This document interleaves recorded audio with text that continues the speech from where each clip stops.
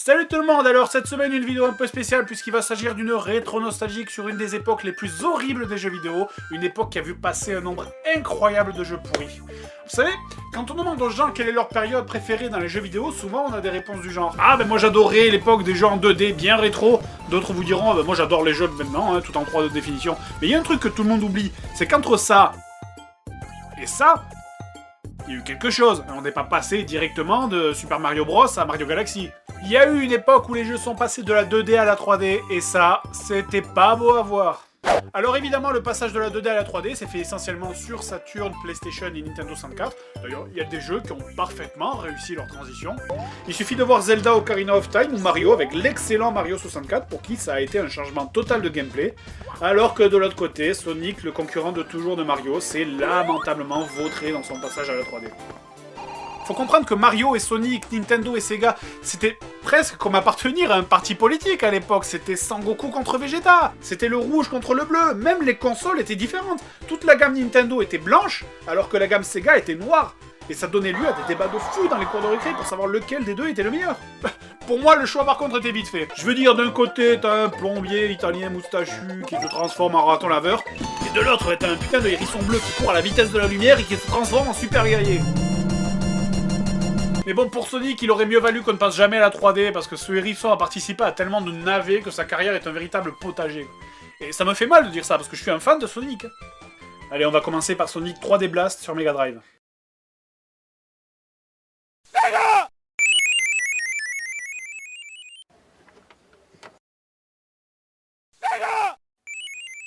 Je veux dire, mais il y a des sites qui trompent pas quand même, hein. Quand tu vois qu'on est passé de... à ça.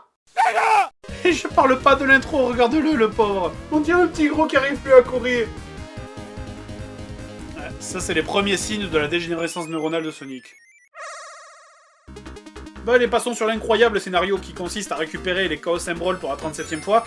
Donc vous devez chercher tous les ennemis pour libérer les petits oiseaux dans ce monde en 3D isométrique. Il vous faudra donc du doigté, de la réflexion, de la patience afin de trouver les ennemis cachés un peu partout dans les différents niveaux. De la réflexion et de la patience. En jouant à Sonic? Non mais là, sérieux, je dis merde quoi. Sonic, c'est tout le contraire de la patience. C'est la vitesse, c'est l'action, c'est l'improvisation. Ce jeu va totalement à l'encontre même de l'esprit de la série. C'est comme si on te demandait d'avoir des réflexes pour jouer à SimCity quoi. Je veux dire, mais j'ai pas envie de perdre une heure à chercher des ennemis. Sonic, c'est pas censé être un jeu d'exploration. Et dans le même genre, on avait Sonic Labyrinthe. Je veux dire, quand on pense à Sonic, la plupart des gens pensent à la vitesse, non? Et là, regardez Sonic courir, attention, ça va vite. Wouh! Sérieusement, Sonic qui court vite, ça me semble aussi basique comme idée que Mario qui saute. Mais non, mais même ça, il faut croire que c'est trop compliqué pour les développeurs. Dans des tentatives désespérées de contrer Mario Kart, on a eu aussi droit à des jeux de course, hein, comme Sonic Air sur Saturn, Sonic Air comme Racing, au final c'est plutôt Sonic Air comme raté. Tu prends Mario Kart, tu retires tout le fun, et t'as Sonic Air. Je vais pas m'étendre dessus tellement ce jeu est chiant. La maniabilité est juste horrible. Un simple exemple, voilà 10 secondes de gameplay.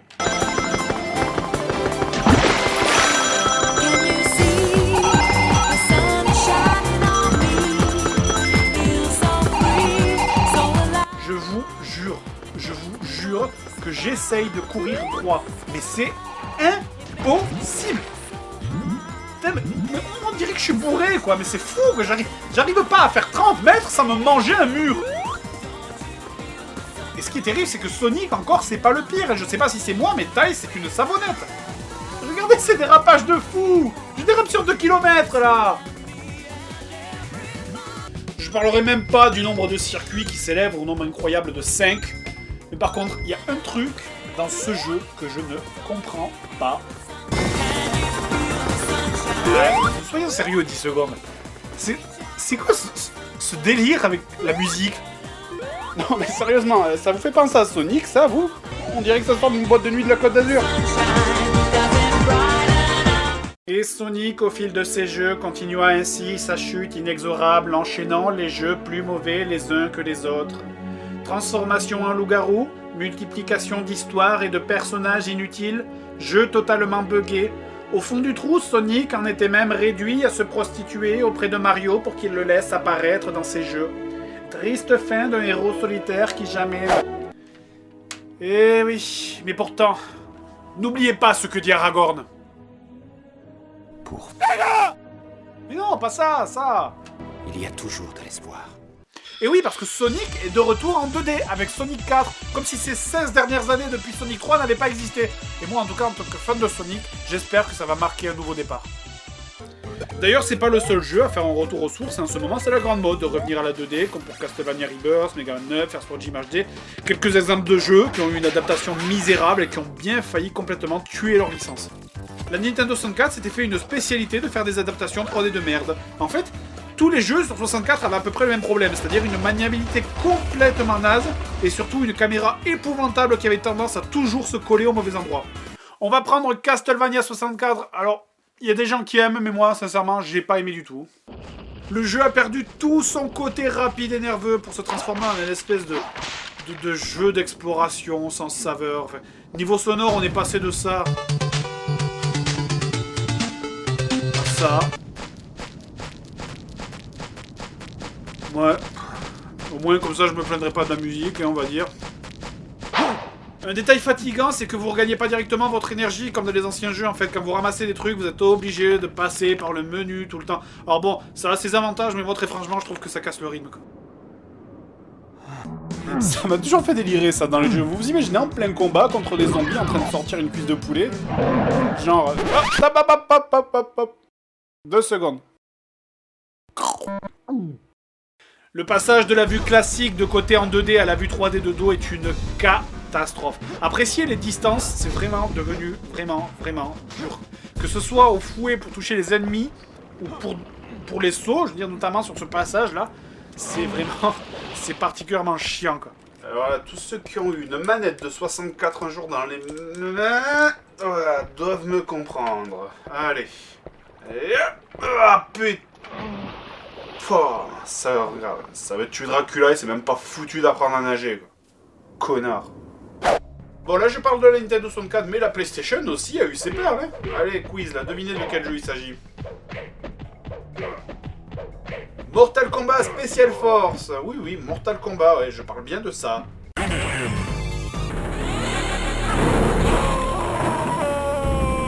Scorpion wins fatality.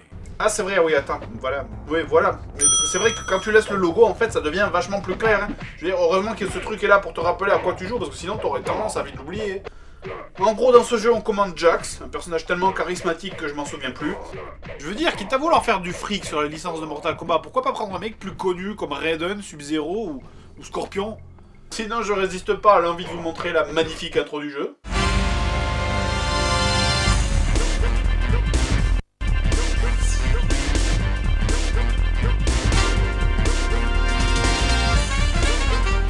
Mais là c'est Mortal Kombat Austin Powers Edition en fait, hein. Je veux dire là quand tu passes de ça à ça,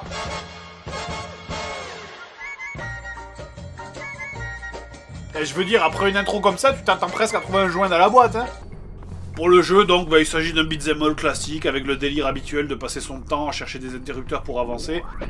Les combats sont passionnants. Et les boss, ça ressemble à tout sauf à du Mortal Kombat. Hein. Et évidemment, j'ai pas besoin de préciser qu'il n'y a pas de fatality. Hein. Je veux dire, faut pas déconner non plus. Hein. Et là maintenant, je vais vous montrer le jeu le plus mauvais de toute cette génération en 3D. Ce jeu a été tellement un échec total que son héros a complètement disparu depuis. À l'origine, Bubsy est un héros qui a commencé sur Mega Drive et sur Super NES en 1993 où il fit quelques jeux. Il a d'ailleurs même eu droit à des suites en 1994 puis en 1995 sur PC. Les jeux étaient plutôt pas mal, dynamiques, rapides, dans un univers assez déjanté.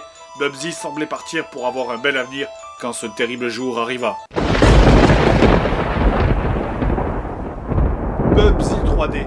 Et aussi étrange que ça puisse vous paraître, d'ailleurs, je vous conseille d'y jouer pour rigoler un bon coup et aussi pour bien comprendre à quel point ce jeu est complètement foiré. Déjà rien que ça. Écoutez la musique d'intro. Regardez la tête de Bubsy. Moi je trouve cette ambiance mais carrément malsaine. Je veux dire c'est censé refléter un personnage marrant. Vous trouvez marrant vous? On dirait une fusion entre Star Fox et le Joker. Donc le jeu, on se promène dans un monde horrible avec des couleurs à t'arracher la rétine. On sait pas où aller, les décors. Les décors, ils apparaissent, ils disparaissent sans aucune raison. On fait même plus la différence entre les vraies textures, si on peut appeler ça des textures, et les bugs graphiques. D'ailleurs, au bout d'un moment de jouer à ce jeu, avec toutes ces couleurs fluo, flashy qui t'agressent le cerveau, vraiment t'as l'impression de jouer sous l'effet de substances illégales.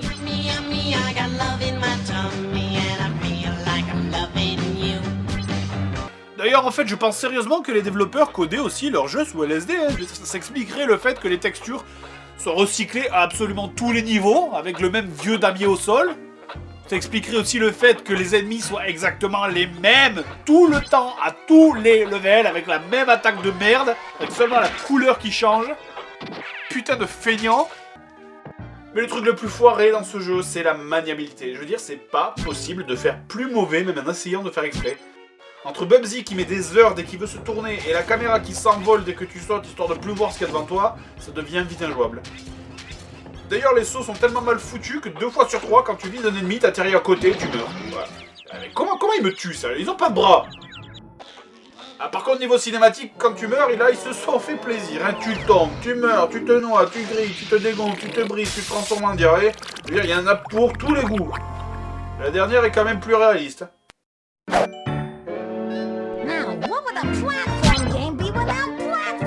Putain, mais qu'est-ce qu'il raconte, sérieux? Tous les 10 mètres, quand tu ramasses un truc, Bubsy te hurle dessus des trucs incompréhensibles.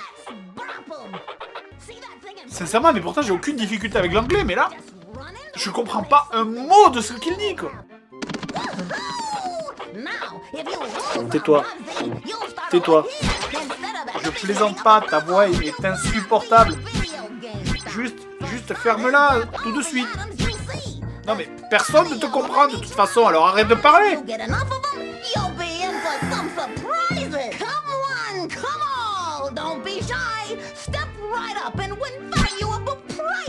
Toi, putain! Putain, mais t'étais vraiment mieux en 2D quand tu fermais ta grande gueule. Mais sérieux, mais vous imaginez, c'est comme si Mario racontait sa vie à chaque fois que vous ramassez un truc, mais ça me rend fou. Et si en plus tu cumules la voix de Bubsy avec ça, là. Ah, ça, ce bruit de merde là que font les canards pendant les 18 putains de niveaux, mais t'as le cocktail parfait pour te taper la migraine du siècle.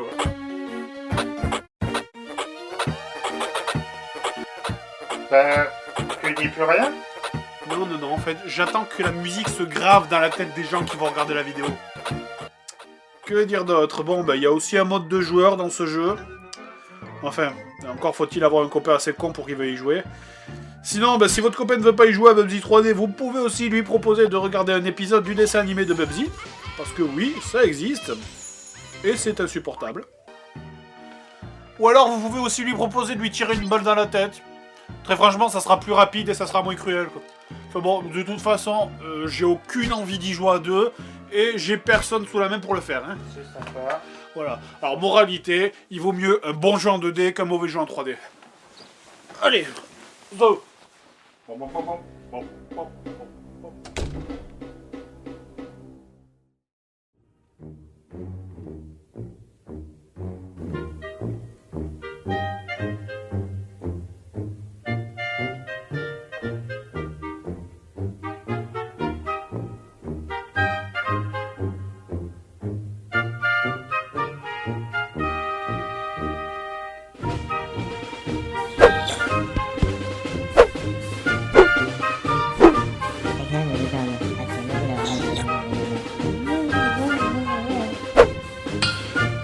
Je l'ai!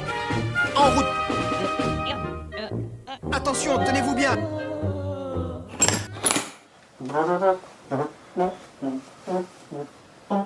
Allez, voilà.